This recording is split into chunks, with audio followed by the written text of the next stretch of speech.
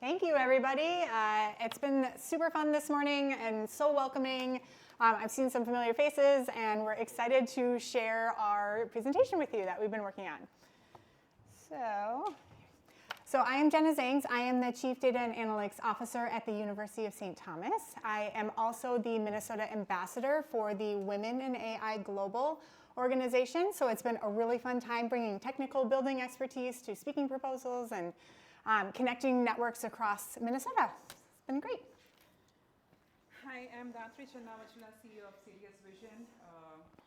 Our company, we basically provide AI services and solutions, basically for small businesses, especially in manufacturing, construction, where we want to help them out to improve their process, workflows, and optimize efficiency and everything, including quality and productivity.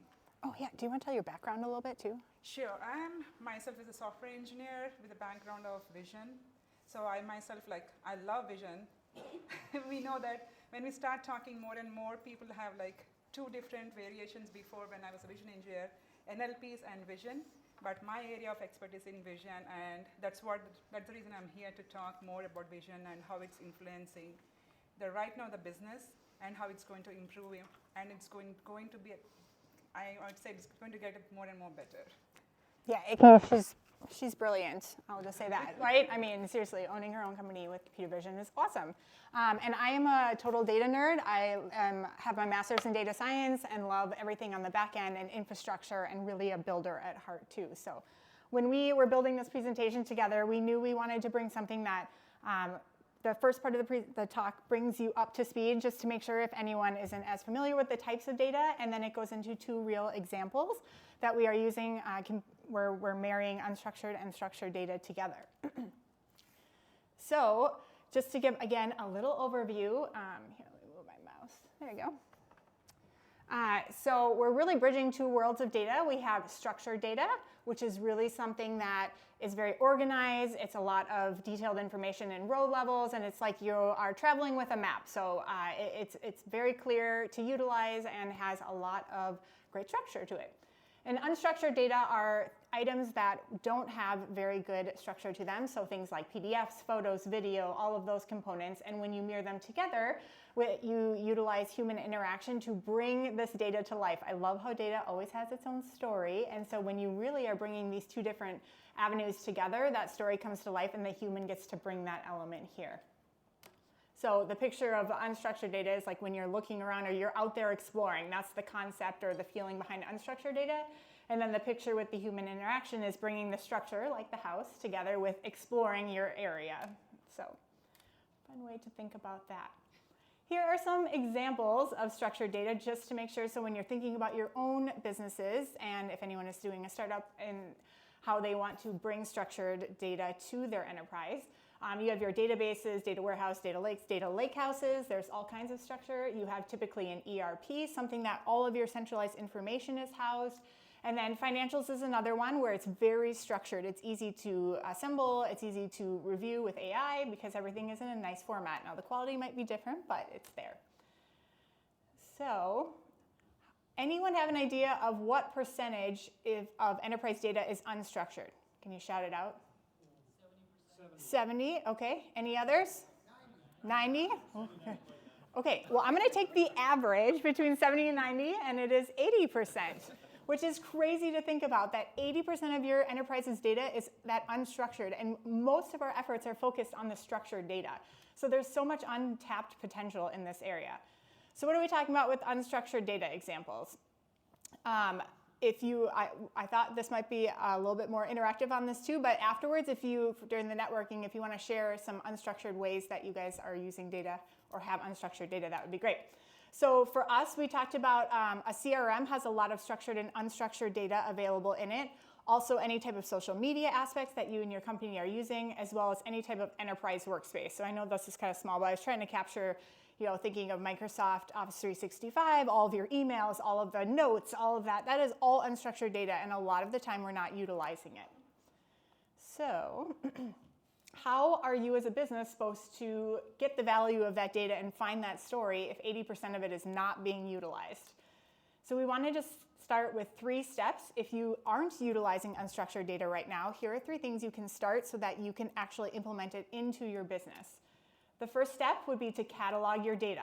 So you want to start with your basics. Here are some examples for you too, that just very, very simple. You want the source name, what type, add a category of sensitivity, and do some labeling, timestamp, and marketing. So I love this picture because this is like a spice, pantry, and everything's all over the place, and you're like, where do I start? There's things outdated. You're trying to figure out, okay, what's actually in my pantry?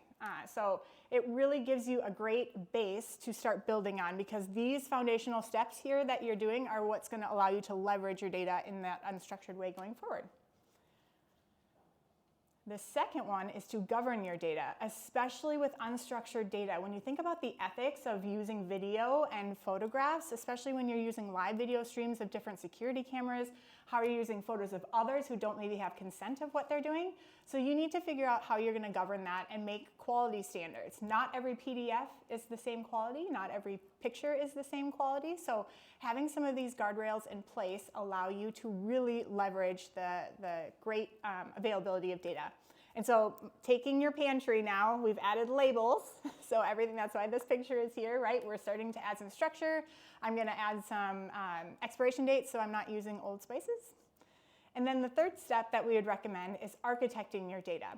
And unstructured data is different than architecting structured data. You need to be thinking about storage in a different way and how you can do an ETL project on the process on unstructured data differently. It's not something that you're going to move as a table-wise. You have to figure out how to manipulate and move that in either a vector format, or you're going to move it as is. So you have to think about that. And the more siloed that your actual pieces are in this unstructured space, the harder it's going to be to leverage AI or to mirror it with structured data. So I send a picture of a kitchen, because how you design your kitchen, if you make it so that your pantry is like this small, but you need all of this space, you need to architect the kitchen in a way that you can actually utilize the pantry you have. So those are just another way to think about that going forward. And then next, we are going to dive into, as we talked about, 2 examples of how we're mirroring structured data and unstructured data. So, thanks, Jena. And as I said, my expertise is in manufacturing. So manufacturing has a lot of data. And anybody is in from manufacturing or material science or additive manufacturing. So you might be knowing there should be like a lot of tons and tons of data, which are like blueprints, which can be on the floor, shop. We get so much of information. And how to marry these 2 to extract the vital information to run your businesses smoothly, because like Jena said, that is 80% of data is unstructured. And those are vital informations that we don't want to lose that information, extract it, put in a structured format, and get your business impact solutions to it to run your business smoothly. So coming to the structured data. So structured data is, again, as Jena gave the examples of ERP, where they put their order details, inventory, pricing, which are easy to make an analysis and give a decision making based on that for each businesses, which is easy. And we have seen a lot, as the software engineers mostly here, they might have seen the SQL tables, Oracle tables, which are easy to enter the information. We have developed the applications based on the databases. And ERPs are something which are similar to that. They are store the information where the administrator person can read it, analyze it, give the report back to the executives. But coming to the floor, how they are going to find this unstructured information get useful to their businesses. So they have like blueprints, which will give their welding instructions, how much they have to measure, the measuring information, how much they have to cut. They have the instructions which are written on the board. They come back every day, they read the instructions, they do the welding process. And the quality, what they are doing, I noticed is one of the shop floors is that they measure each part manually, and even reading the notes. So all this information is there, but they are not storing it. And it's more visual, because unstructured data, what I say, it's more visualized. Human can easily understand it, can analyze it, and do the actions as accordingly. But this information is causing a lot of gap,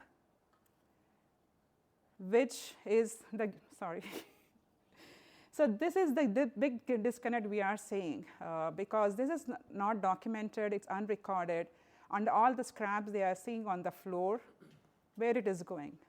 And they don't know. It's like there might be administrative person might be ordering the inventory, and there is so much scrap. The floor person comes back and asks for more inventory, but where is the reason why we are losing so much of scrap material? And how we can avoid this scrap, and this is not recorded anywhere. It's just like you go back, I'm not saying this happens every day, but we will see scrap in manufacturing. It happens pretty much all the time. And this is causing operational gaps. It's becoming more and more increasing operational cost. And supply chain, this is going to be a lot of variance in their inventory. That's what I was talking about. This is one of the use cases I'm talking, but there are so many other scenarios that we can start analyzing. So example for the blueprints, where the floor operator comes and he reads the instructions, but it goes into his mind, there can be some mistakes that happen. Who is going to correct it? And he comes back, and some other operator in another station who is doing the quality check, they do a measurement of their products, or they are they're looking for probably doing a visual inspection. They have dents, scratches, and they're counting it because they need to figure out which are the good ones and bad ones. And they don't know they might record few and they might miss few, and which could be quality issues, and they can have unhappy customers. So how we are going to make this structured data, unstructured data into structured?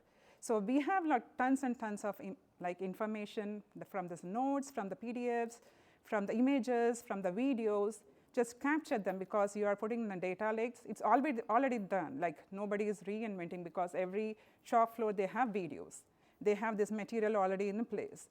All we need to do is extract it using the AI tools, structure them accordingly, either in the CSV format or JSON format, which can be useful and can be integrated in the ERP systems.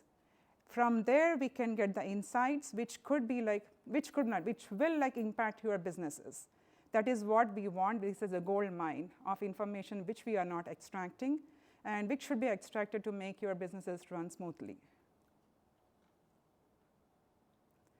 So there are a lot of ways to do it, but my expertise in vision and multimodal LLMs, and I started my journey with traditional vision models. If you know, we used to take images, we used to do filtering on it, do the Gaussian blurring. If you guys know, understand the vision stuff, how many of you know, I don't want to give something that was just out in the air. Do you guys understand the vision basic models? So I think there are a few people probably I can talk quickly.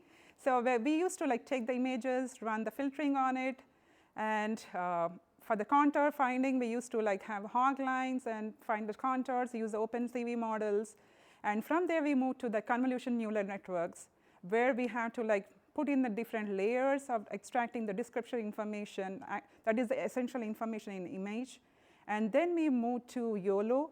I think YOLO is a big game changer, where it helped us to find object detection, classification, which we used to done in separate steps. Now with the YOLO model and other models there, I am talking more YOLO because I use it a lot.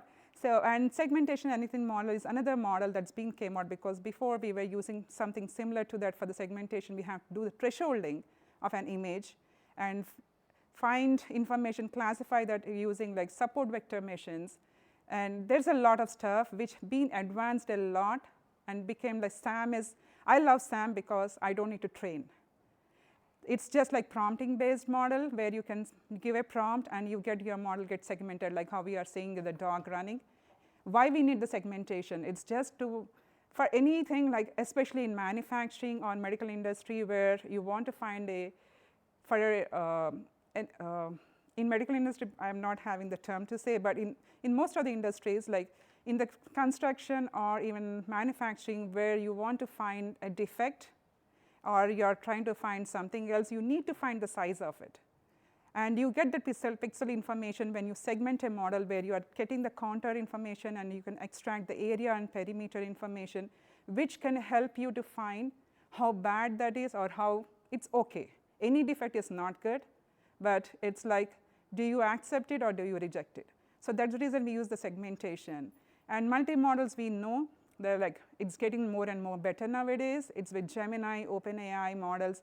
We can actually put our information, like you can put your image and you can ask questions. There is like visual question answering happening with the multimodal LLMs. Just to go a little bit deeper in the vision AI, that's which I was talking about, where you can classify, you can detect, and you can segment, which I was talking about, and tracking where you want to see on the shop floor if a person is wearing a safety helmet or not, the safety glasses or not, which is much more important. It's a liability of the company. It can be cost. If something happens to the person, the worker there working on the shop floor, it's the responsibility of the company, and inspect and find the defects and report it back immediately. And coming to the vision, it's the same thing, like you get the information where you can summarize it, retrieve the information from it, and you can connect the dots with the LLMs. So before, the vision and LLMs were two different parallel lines. Now they are getting more and more closer. Because I said earlier, I was a vision engineer. They used to have like job postings for vision engineers separately and NLP engineers separately, which is getting so closer together in such a way that everything like multimodal LLMs and with like YOLO models, people are like extracting the information so easily. Like you don't need to like spend hours of time like training. Still you need to train, but you don't need to spend like hours. I used to have like intern who used to work just for doing a labeling process, which is getting more and more less now. And it's getting more easy for anybody to, even somebody who doesn't really have any experience in vision, with minimal knowledge, they can start working on vision projects, or they can do vision in their departments or in their businesses. And the same, now with the integration of the vision LLMs, definitely what I spoke all till now, it's like we want to integrate, marry them, act, and this is giving you the information, right information where you can make actions. And what I can say at the end is like it's adding the business value, but what we are talking now is on unstructured and structured data, which are two different parallel lines again, which we are trying to get them together, marry. But as if I give the same talk next year, they might be, or they will become as one. So it becomes so seamlessly they are getting integrated, and you won't find much difference. And they'll become into one data lake. There is no difference between structured and unstructured. Yeah, that's it from me, and handing over to Jena. Great. So now we'll go and dive into an education example. So part of my role at the University of St. Thomas is I am leading our internal R&D group. So we are focusing on how we can better bring the student experience to a higher level, especially with how things are shifting with AI so fast. So the example that I wanted to talk about is the admissions process. So we have a lot of structured data in our core ERP, which is Ellucian Banner. That's a very ed tech specific, so I don't expect a lot of people in this room to know. Maybe my NDSU friend that I met. Oh, some people know Banner. Okay, that's great. And then we also have Salesforce, which is our CRM platform that does all of the application process, actually. The Ellucian part is specific to the student's records when they are a student, and the Salesforce part is the actual like lead component and where they're doing the application process. But when an individual student is adding and starting to build their application, they're typing in a lot. I mean, it takes them a while to do this. I mean, probably an hour or two if they have everything ready. If not, they're saving and coming back. And a part of this is they also have to upload a lot of different information. Including like a high school transcript. They have to upload different components around letters of recommendation. They have to do essays. They have a lot of unstructured data. And because of the process that we've set up for so long, you have a transcript that is actually just a web-based and not an official transcript. So we have to get a transcript mailed to us. So the student uploads one, they're double typing in the same type of information in the application. So we recognized years ago that there is options to use machine learning in doing a high school transcript extraction. So a lot of this process right now, Salesforce holds the transcripts. This optics web, again an ed tech specific like we've had for 20 years, houses all of our unstructured data. So it is completely siloed, and it has been. And then we are building an internal data lakehouse for all of our data to utilize AI on AWS in lake formation. So that's where we plan to move to. So as I mentioned, all of this is very, very manual. So the disconnect is that there are individuals who have to manually review the transcripts, add information into our Salesforce CRM, and then there isn't a structured transcript database like for the US, right? So a student can't upload their transcript once and then send it out to multiple places. It's really individual, and each transcript is specifically different. And then some of the school names are the same, right? Like Johnson High School, there's probably like 50 of them, so how do you find the right one? So when we were trying 3 years ago, we were failing when trying to use machine learning because we couldn't, it wasn't advanced enough for us to be able to extract such complexity. And then we really missed the student experience because they have to add this like 4 times and we look not necessarily the best, right? When they are trying to do this, it's already stressful for them. We want to have the best experience. And this is very common across all of higher ed. So the other big things we were finding that there's a lot of data quality issues. So if someone didn't upload something, didn't type something in right, or when the manual transcripts were being entered in that things were getting missed and the student was having a worse experience. And then that slows down the admissions process, right? We want a student to know right away, so they're excited, we feel that connection, and we really make a bond with them. And the longer that we take, the more it feels, a student perceives it as you don't want me as much because you took so long to respond, which is not the case. It is us trying to move as fast as possible. So what we have been working on now in this R&D and prototyping with our new data lake is to extract and utilize our AWS processes, and I have that on the next slide here. But this is kind of an image of what it looks like, and I used a really fake transcript, so again, this is not some student, so I made sure I was following HIPAA, but you can see it's starting to pick up the pieces, and this upper right corner here is what we are most interested in, the school information, honestly, because a lot of the times when the transcripts are coming in, we have to try and match them to our database on which high school it is. So even this step alone can save hundreds of hours of someone trying to find which one it is, look up the address, and just extract, move us along faster. So that's been really fun to do and figure out how to now use the models to, as we're going forward, we want to figure out how we can have common language around the class names even, right? Some say AP, some spell it out, some have just a variety of different ways. So the advances have been really helpful as we continue to test this out.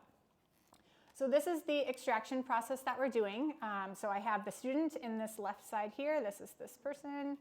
And then they move into Salesforce, so they upload that manually. Then it moves into our Tommy Lake. That's what we call it because everything at St. Thomas is Tommy. So, and we're using Lambda to write to S3 as well as our glue catalog. So this is what we're prototyping right now. So we extract everything and store it, and then we use Amazon Text Extract to actually extract the text, put it into a structured way, and then move that back into Salesforce so that the team can have quality checks that way. So it's been really helpful, again, to alleviate the manual efforts that have been happening and mirror the two structured and unstructured to improve the business process overall. So 2 quick little bonus ones that we thought would be fun as well. In our R&D group, we are working on a food waste so that as the students are going through on their trays, we're taking pictures so that we can say this is how much food has been wasted in a day because we really care about sustainability, right? And so you can use Vision AI in this part. And then we also want to make sure that we're ordering the right amount of data, or if there's something that didn't go over well, that we maybe don't make that again, right, in the future because we can tell how much of it was wasted. Which is something fun. And then a second bonus, the University of St. Thomas just opened a brand new arena, and we have someone who manually tracks the stats, right, at the arena and during the game. So how could we use AI to track this type of information and then showcase it to the audience so that they are immersed in it as we're doing it during that time? So something very fun on the side and other examples of how you can use it. Do you want to talk about this one? I was talking about this one. Okay. So we wanted to start wrapping it up and talk about how no two data marriages are the same, right? Every player that's coming to the table has different types of data, different structure, different problem that you're trying to solve. So here's three pieces that you can evaluate as you're trying to decide what methods to use and going forward. And again, not everyone has the same technology stack, but as you're seeing, things are starting to become more readily available for you to take advantage of this in your own business.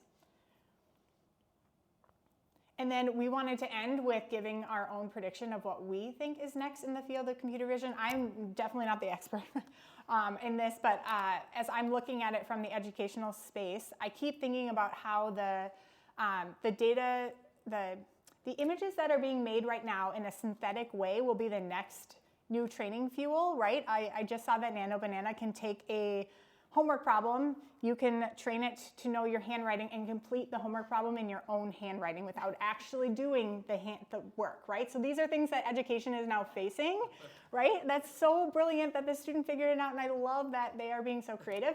But now we're going to have to try and figure out what is real and what isn't, right? And so I think that the methods that we're using here will help us really evaluate that going forward. And myself, I will see like closed loop solutions.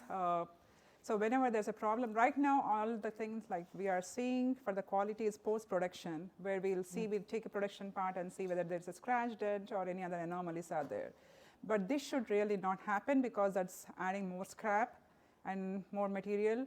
And instead of that, in the future we'll be seeing more closed loop solutions as they are working on their production floor, even in additive manufacturing, as they are printing their material.